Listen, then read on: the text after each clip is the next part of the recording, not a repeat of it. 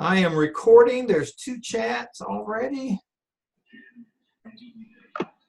And my headset on. All right, Lynette, thank you for telling me. Hey, Jason. Okay, I want to make sure I've got everything going. I'm still new all to this. I am recording. I've invited Danny, so we're all set to go. First of all, welcome everybody. I hope that your week has been uneventful. Anybody have any Hurricane Florence stories? Any damage? Sir, I don't. Where is Lamar in South Carolina? Where is it exactly? I'm trying to place it. It's between Florence and Bishopville. Are you familiar with Bishopville? I am. Okay, it's between Florence and Bishopville. It's in Darlington County. Well, didn't the storm come through there? It did. It affected some of our schools in Society Hill and Hartsville, but on the particular end I teach on, it didn't affect it. All right. Well, good deal. I know it didn't do much to Wake County. Did y'all have a day off? Yes. Charlotte Meck, did you had 2 days off, three days off, right? Charlotte Meck? Jason? All right, you're muted, so I can't hear you, but all right, Lynette, I don't know how many you had. We had quite a few though. I would imagine. All right, we're going to go ahead and get started. I've invited Dr. Stedman to come in. If he does, we will stop and give him a chance to talk about TaskStream and anything else you need to know about that. All right, I'm going to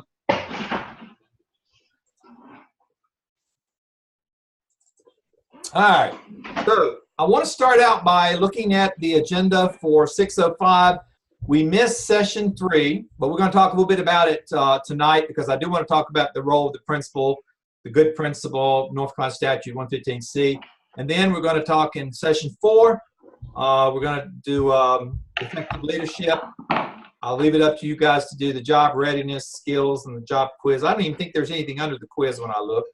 And then we're going to talk a little bit about session 5 because that's coming up for you all next week as well. So looking back on session 3, I want to talk a little bit about the duties of the principal. And I want to bring up, I am very familiar with this.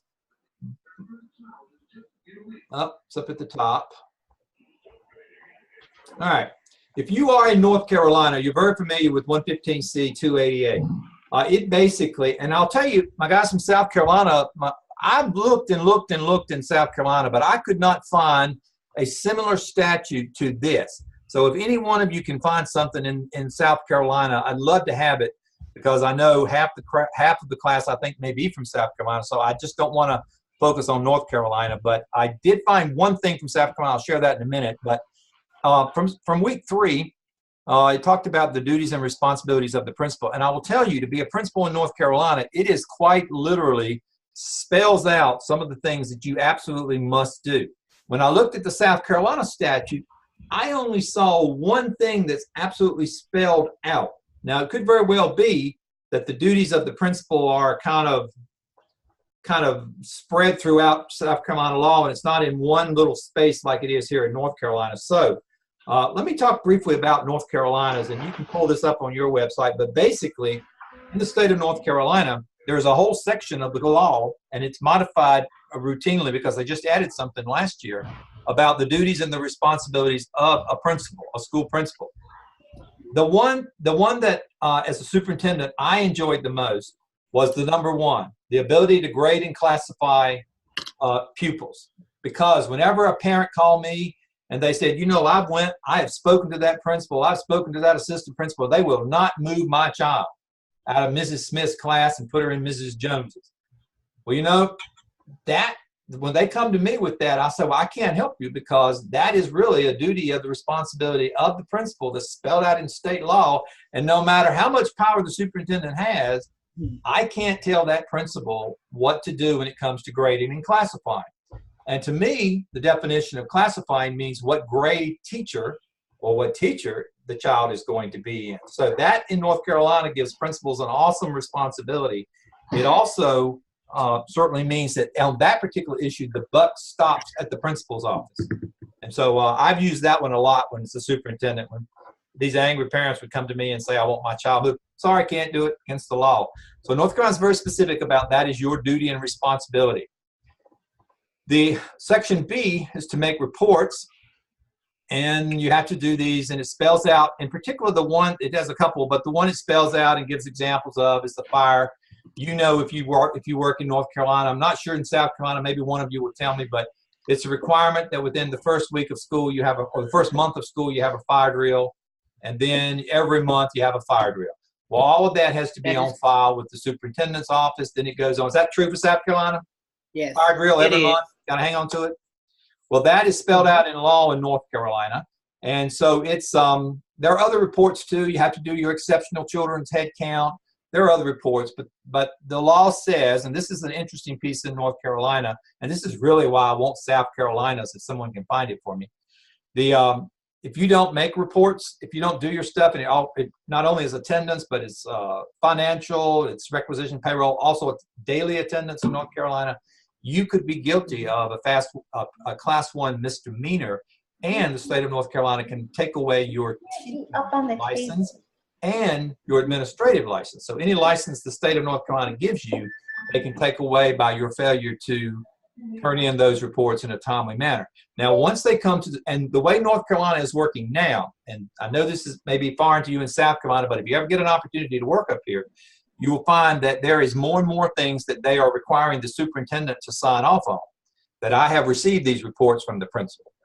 And so what that really means for the superintendent is that I push that down to my principals. And so my principals actually have to sign a piece of paper saying, yes, I understand, and yes, I will send this report in, and yes, this report is accurate. Because the law only in North Carolina, when it comes to reporting to the Department of Public Instruction, the law only has control over the superintendent. And the law says that if the superintendent doesn't turn in timely reports, or if he or she does not turn in reports on time, they can dock his pay. And that's where most of the superintendents, about 2/3 of the pay for superintendents in North Carolina comes from the state. So you can imagine a superintendent's not going to be too crazy about having that paid, that docked. And so subsequently, the policies are now being pushed down where if a principal doesn't turn it in on time or turn it in accurately, their pay will be docked as well. So just note, accurate reports got to be done. Always got to improve instruction, community spirit. There's that fire drills in North Carolina spelled out specifically about what you have to do. You also, and this is something that those of you in North Carolina or those who hope to be a principal in North Carolina, this second part is something that most principals in North Carolina don't even know about, because I can assure you of my 20 years as a superintendent, I never got one of these reports. And that is that you are required, what is it, twice a month to, I mean, that may be a little bit further down. Here it is, under F, under G. No, under F. Where is that?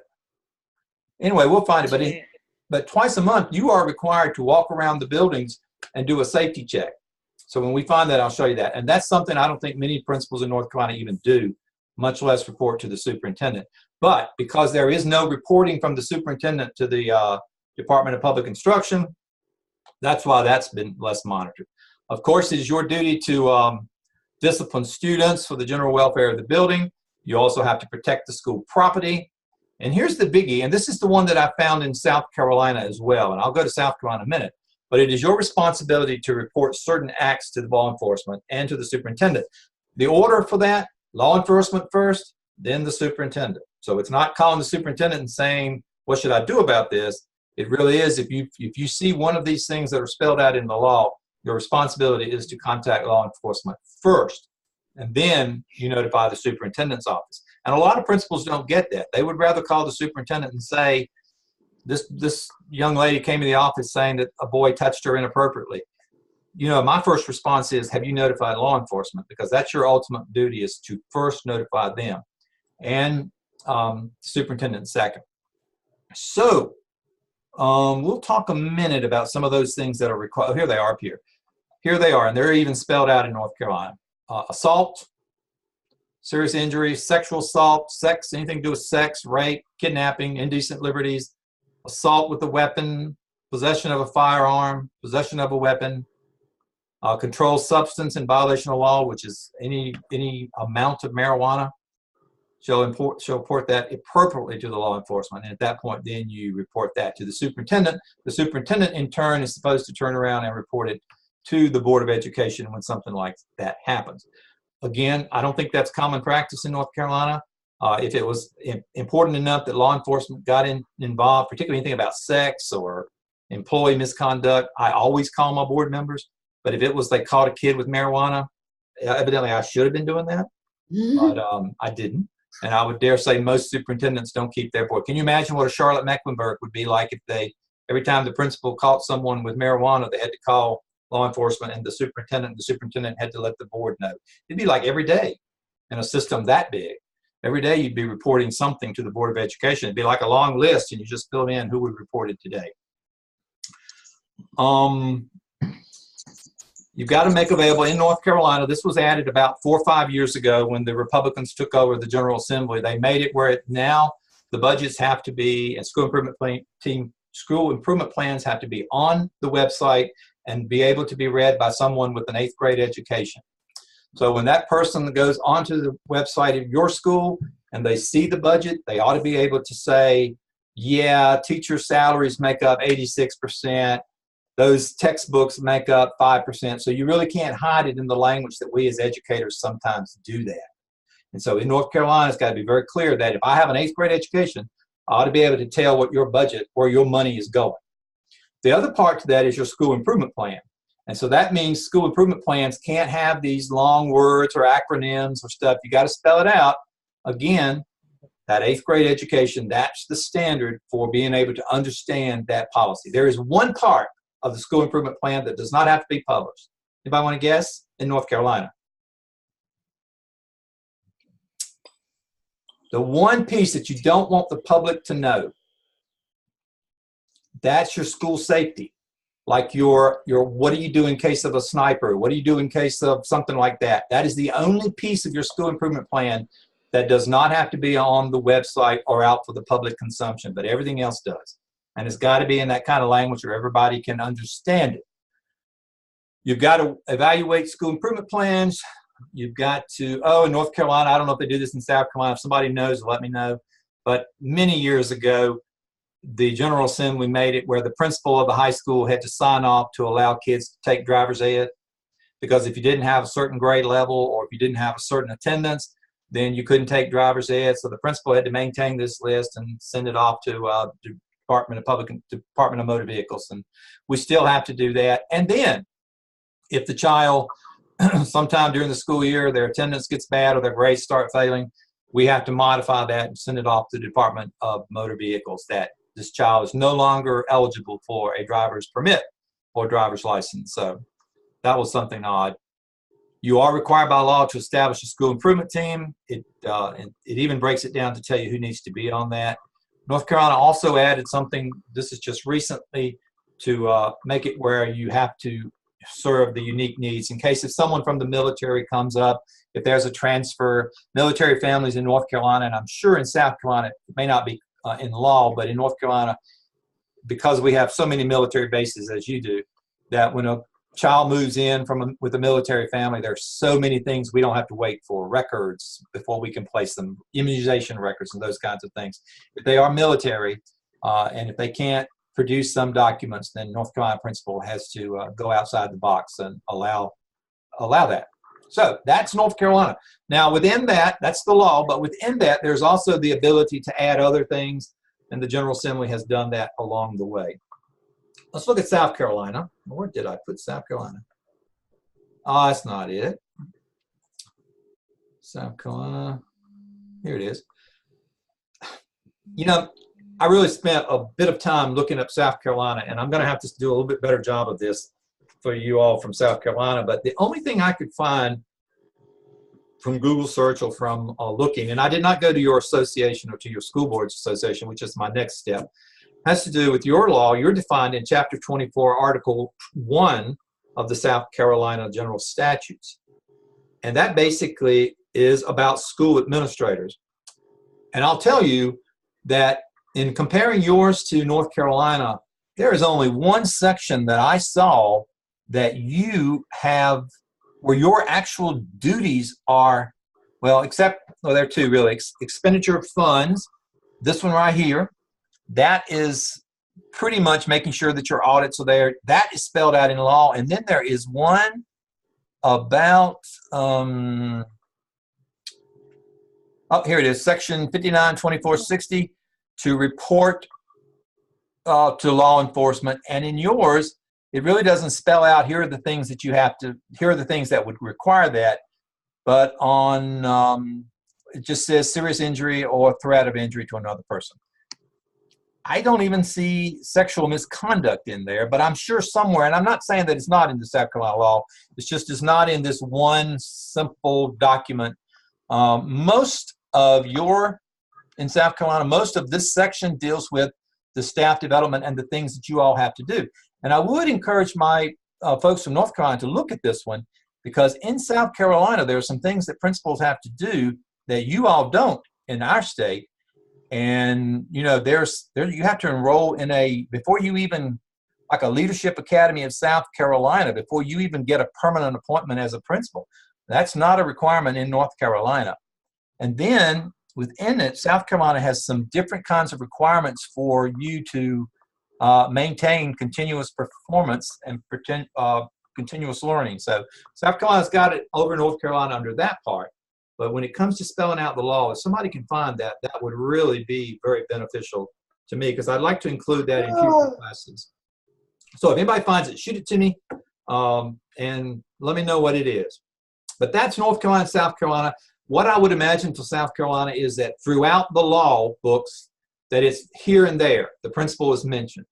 Unlike North Carolina that spells out the 14 different things you have to do in one spot, South Carolina probably has it written throughout their policies, and they just have this one section that deals mostly with the development of the principal and kind of the things the principal has to do. So if you find out something different, please let me know, and I'll certainly go back to that.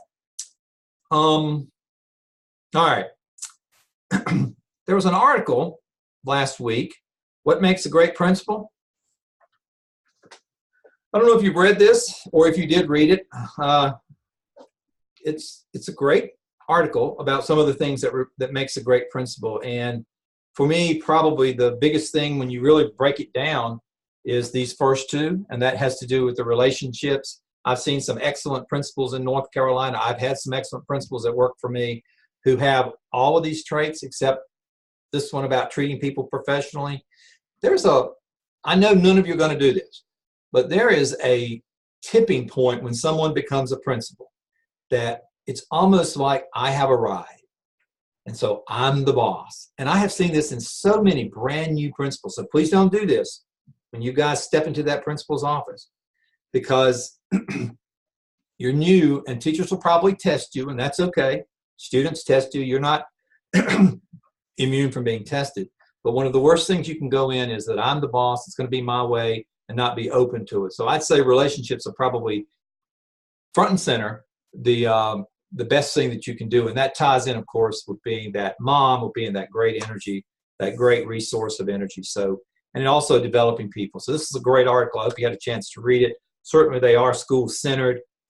They live and breathe the school. I will tell you, when you step into that first principalship office, no matter whether it's an elementary, middle, or high school, you are really making a commitment, a time and an effort commitment, because your family is going to have to understand that that PTA meeting or that event that you're going to need to be at is very important.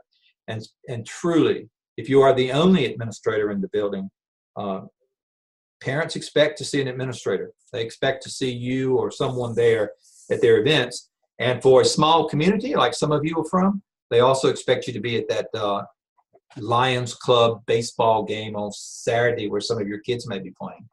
That really impresses parents. And so for a first-year principal, I'd encourage you to look for opportunities in which you can kind of go beyond the schoolhouse door and get out in the community. Now, it's a little harder for high schools, I understand, but of course, they have no life. If you're going to be a high school principal, you might as well kiss your wife or husband goodbye until the summer, because you will be someplace every night if you do it well. Now, of course, if you manage folks well and you have some assistant principals, you'll have some help, but I can assure you The life of the high school principal is tough, and it is time consuming, and middle schools are moving that way too. A little bit of breathing room in elementary, but whole kind of different ball game for elementaries. Also within, and please chat or something if I'm,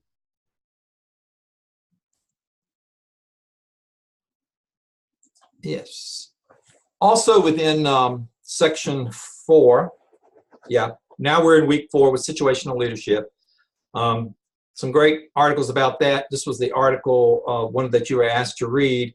And at the end of it, it had a case study, which I hope you had a chance to look at that. I want to kind of play some games with you here and ask you some questions so I don't have to talk all night or all 45 minutes, whatever it is.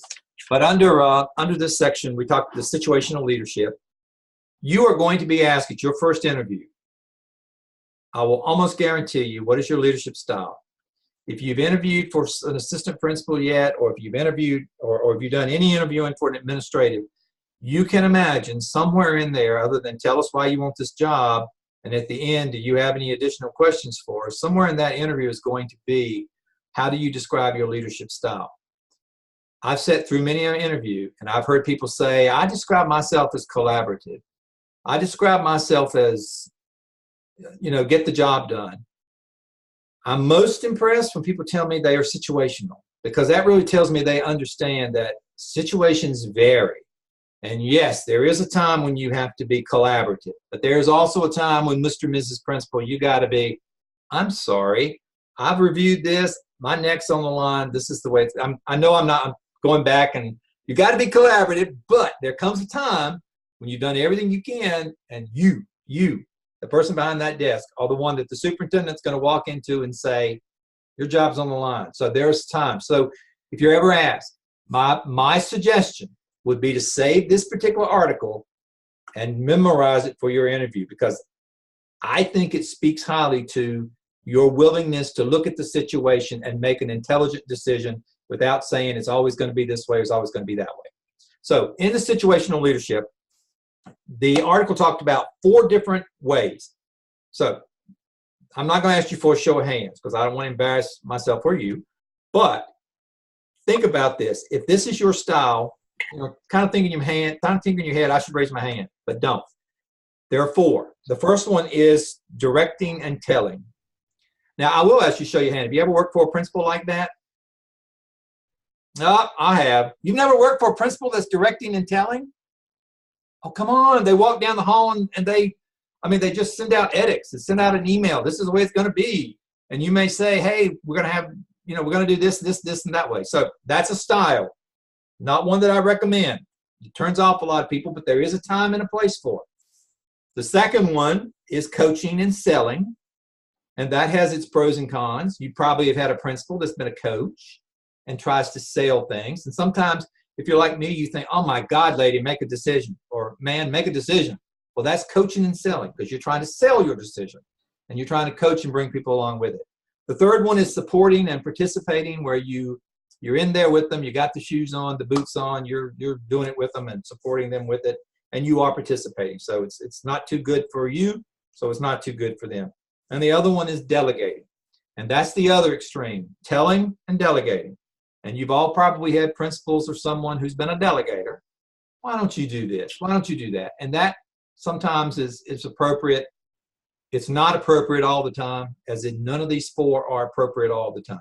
There are times when you need to balance. So be prepared. What's your leadership style? And be able to try to pull together situations and times in which you have all 4 of those that you can use. And don't concentrate directly on one because it doesn't always work. Now, in this article on situational leadership, there was a case study. I took a couple of the questions. And so I really would like there's 1, 2, 3, 4, 5, 6. I hate to put you guys on the spot because the ones who watch it later don't have to do this, but I would love to know what you think. Who wants case 1? Raise your hand. Oh, come on, you got it. All right. I will come back to you, Ms. Bailey. Who wants case 2? Ms. Bradley, you look like you're into the screen. All right. I am into the screen. Jason, you got number 3. Jennifer, you have number 4. Is there anyone else with me? Christina, are you here, Christina? I'm not sure what I am. You got 5. All right, let me roll it down. So I'm gonna lead us up for a minute. I'm gonna come back and ask you. You have to remember who got which number because I've forgotten already. So can you see 5? Can you go on Blackboard and find number 5, Christina? Christina? You say go on Blackboard and find number 5? Yeah, look under week 4, and I think it's listed under situational leadership, and then there's some questions down at the bottom. And it should be you supervise Mark, who is a new employee. Do you see it?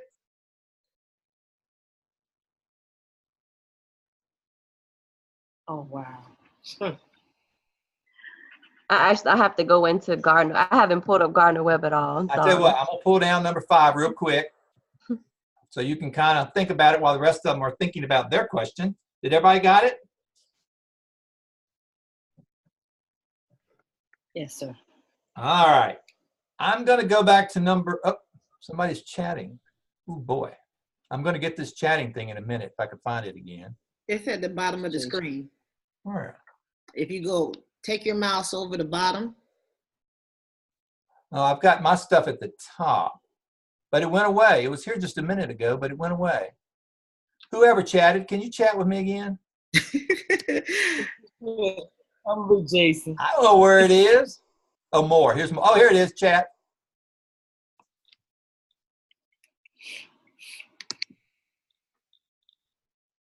Good for you, Jason.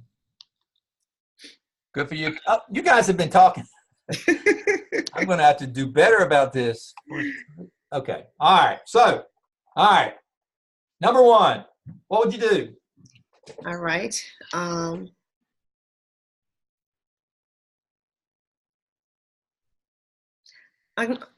I need clarification about A, involve the team and together engage in problem solving. Mm-hmm. I'm confused about what you mean. They're already working together and they can't solve the problem. So Good eye there. I would say A is not the answer. I would go with like involve the team. They're already involved. I would probably go with C.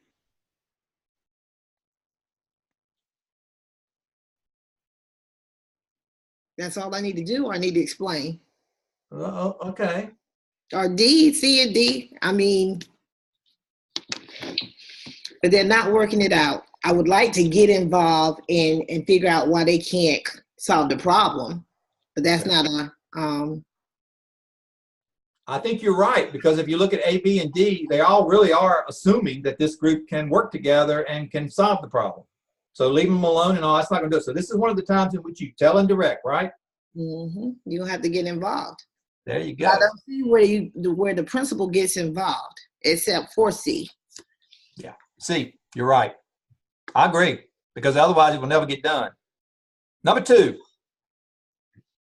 Okay, for number 2, I definitely eliminated B, because first of all, this group is working extremely well.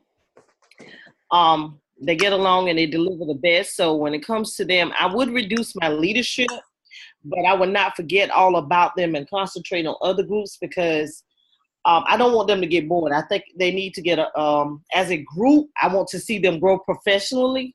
Mm-hmm. So I think they also need to, I would have chosen D and A. I think you're right. I think A is important, that you kind of hang in there with them, but hey, they got it. They know how to do it. Let them roll. Give them the next thing, right? Right. All right. Who's 3? Jason?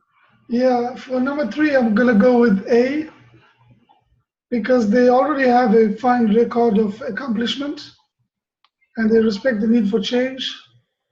And my style of leadership is democratic, so I'm going to allow them to develop the change, but not be directive. Okay, I think you're right. I think that's the best response. Number 4. Jennifer, you're on mute. Okay. I say letter A.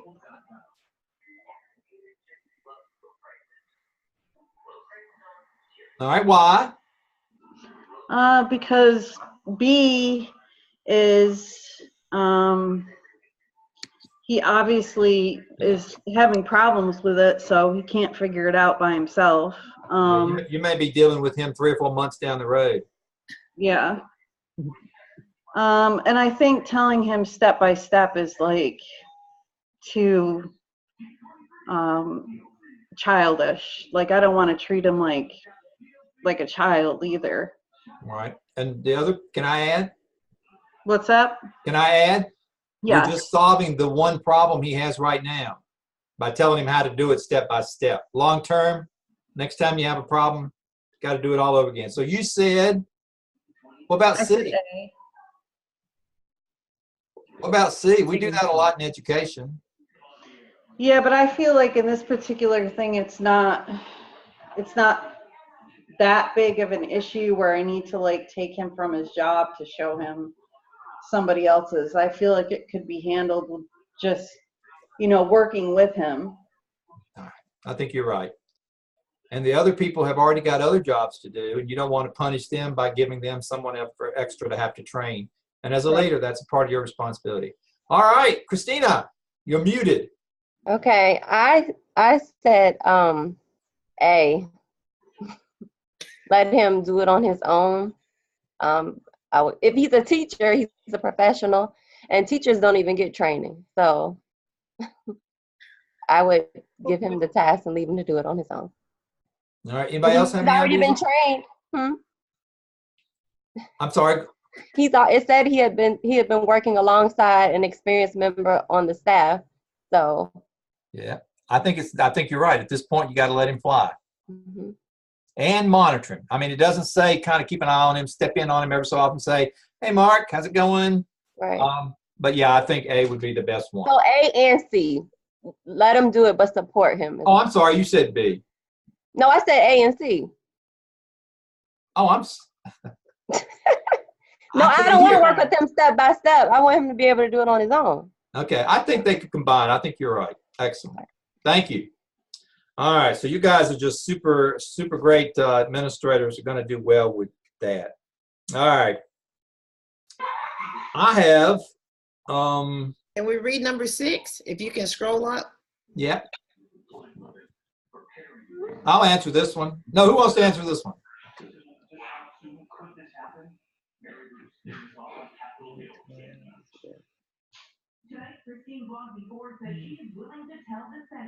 What do you think? They have no idea how to do the task, but they are willing. C? What about C? Yeah, I think C. That's what I would have done. I think C would work well too. D, you're just cutting them out of it. E, you're kind of you're not giving them the support they need. So yep, I think you're right. Excellent job. I give you all 100 on that if I was grading you on that, but I don't think I'm grading you on that one. Well, you can put something on the grade book though, Dr. Stone. That would be Well, like the grades you guys are making. The only thing I want to mention on grades while we're here, before I move on to the next thing, you guys are doing well. Everybody has. I looked at my NEATS grading and I looked at Grade Center, and everybody's got stuff on there and it's been graded. So everybody is staying on task. So make sure you do that. But look in that timeline of when stuff's due, so you can get it. So because the last thing you want to do, and I'll tell you this, and you just cannot do this. The only real hard deadline you have is when I have to report your grades to the university, and that's, I think, middle of December. So if you are running a little bit behind, you got plenty of time to catch up, but that deadline is a deadline. So don't worry about if you're 1 week behind on an assignment because of the hurricane, not big deal. And when it comes into me, I grade them whenever they come in. I don't necessarily grade them because they have to be due in on Sunday night. I grade them whenever they come in, and that's the bottom line for me. So don't fret on it. If you've got some real crisis and dilemma going on, just don't get too far behind. So kind of stay ahead. The one thing I want to mention about some of the capstone projects, the one thing I'm finding, and you guys can help me with this if you haven't done yours already, read that prompt well and look at what it's asking you to do. Because the one thing I've noticed from a couple of responses have been that it's really, you haven't completely answered the prompt as it should be. So I may send you a message back. And the other thing you need to know about that too, if the first time you get a 50, that means, and I've left you a little note, go back and fix it, because when it comes back to me, you'll get 100 as long as you finish the prompt. But that's the one thing I've noticed on the homework so far, is that sometimes the prompt is not being followed completely. If it asks you to bring recommendations, I can't find one about time. I can't find one. So, pay attention to that. If you have a question, just shoot me an email and say, ask me something. So, but you're doing well. All right. Let's talk about, where's my notes? All right, let's talk about next week. Oh, here it is. What about the articles you sent this week, Dr. Stone? Oh, you don't have to. I mean, I am only, when I find something interesting for you, I'll pass it along. But most of it's coming from North Carolina sources. Not to say you don't have to read it, but if I pass along for you for your enjoyment. So if you see something like that and I just send out an email, you don't have to, but I thought it might be interested in it. Particularly this last one has to deal with, and I'll tell you, I'll get political sometimes, and if I do, don't report me. North Carolina is going in the wrong direction. That's what it sounds like. I agree with that, or anyone, when it comes to principal pay. And that article really riled me up when I read it. And I realized it because last year was the first year of it, and I had some principals in Caldwell County who I wouldn't trade for anybody, who did not get pay raises, and actually was held harmless because of this stupid new law, the way North Carolina pays its principals. North Carolina pays you based on, it used to be your experience. If you had 25 years of experience and you taught and you were a principal of a school with 100 teachers, your salary was higher. But now it's based on not your number of teachers, but your number of students. And it is based on the ABCs, or the testing program that we administer in North Carolina. And if your kids don't make or exceed growth, your salary can actually be held, well, it was held harmless last year, but the language doesn't say it's going to continue. Anyway, it's all based on that test we give at the end of the year to students. And so if you are in a school with high poverty, large number of new teachers, the chances of still your school can improve, your school can excel, I get that. But if you have teacher turnover every year because you're in a high poverty area or you're in a high need school, it is going to be difficult to make growth because new teachers have to be indoctrinated. New teachers have to understand how things work. And so I'm not a big fan of it, but you don't have to read it, but it's just for information for you to enjoy and get mad about it like I do. Because I do. All right. Well, now there's one more thing I want to show you if I can get out of this. That's not what I wanted. God, I don't know where I am. How do I get back up to my top screen? Here it is. Okay. You took the leadership test, I trust. Good for you if you did. If you answered to the top one, if you answered more than once to the first response, shame on you. Go back and look at your answers again, because that's not a leadership style I'd recommend. And you'd probably last about a year in the principalship before the superintendent moves you. So that's just my opinion.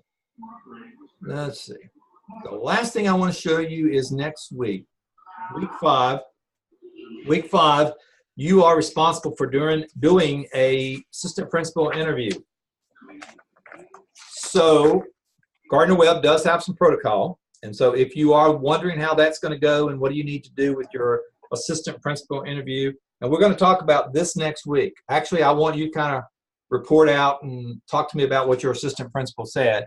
So here are the questions that we want you to ask one of your assistant principals. And if you want to add something, and the reason why we have a protocol, so you don't think we're that controlling, is there are some questions, of course, you want to avoid. Just like in hiring new teachers, there are certain things you can't ask about, certain things that you can't get into. So basically, if you stick to these 14 questions, you should be pretty safe. We also have these 14 questions because we believe this will be information that might be helpful to you as you begin to move toward the assistant principalship or the principalship. So you don't have to use them all. I'd recommend you at least do at least 10 of them. I would be careful getting too far away from the questions, because if you come back and you've asked them, why do you keep moving around so much? Probably not going to be very helpful to us or to you as you begin to learn the path of the principalship. So this is on week 5. Under week 5, you've got the protocol there. I would recommend you just put it into a document. And if you're going to ask the 14 questions, just put some space between it and do it like that. And then, yeah, and then we'll talk about it next week. All right. Do you have any questions for me, or are we going to we're going to success? Let me see if there's any chat. This is interesting.